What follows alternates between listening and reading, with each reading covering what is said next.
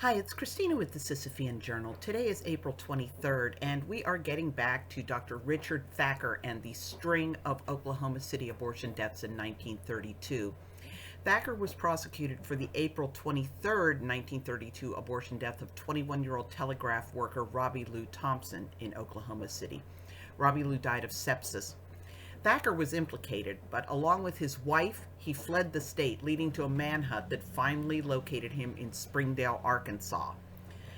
Now, Thacker testified that a man named Marvin Erdman had come with Robbie Lou to his office to consult with him, and he said that she was in a rather serious condition and that he had advised Erdman to take Robbie Lou to the hospital right away.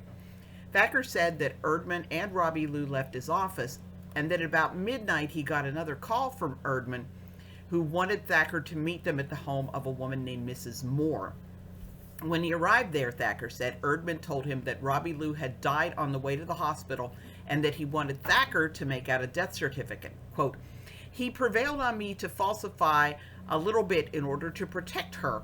I made out the certificate showing she died from acute gastritis. I was never paid for my services. I did not operate on Miss Thompson." Erdman testified in the trial that he had indeed taken Robbie Lou to Thacker, who charged him $50 for the abortion. Now, again, Robbie Lou was not the only woman whose death was attributed to Richard Thacker. In Thacker's trial for the April 15th, 1932 death of Ruth Hall, and of course over Thacker's rather strenuous objections, the court permitted a number of witnesses to testify that after Ruth's visit to his practice, Thacker had performed the abortion on Robbie Lou, as well as fatal abortions on Lennis Mae Roach, who died on April 24, and Nancy Jo Lee, who died on April 25th. The witnesses went into detail about the events up to and including the death of each of these women. Now, Thacker had been a doctor in the Army before taking up a career as an abortionist. And a practical nurse, Mrs. Luther Bryant Pierce, and it annoys me that at a certain point when you married, you somehow lost your first name.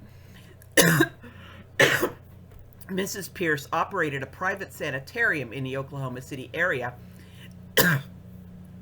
and said that she didn't allow Thacker to perpetrate the abortions on the site. She did provide aftercare for the women afterward in her sanitarium. Thacker was also implicated in the April 14th, 1932 death of Isabel Ferguson, along with Dr. J.W. Eisenmenger, and was implicated in the April 24th death of Virginia Lee Wyckoff. Now, Thacker was sentenced to life in prison for Ruth Hall's death. His attorney announced an immediate motion for appeal on the grounds that Thacker's other abortions should not have been admitted as testimony, but the appeal failed, and Thacker died in prison on April 1st, 1937 from a heart attack. And it truly would have been a blessing to the women of Oklahoma City if he had decided to stay a normal doctor and not become an abortionist.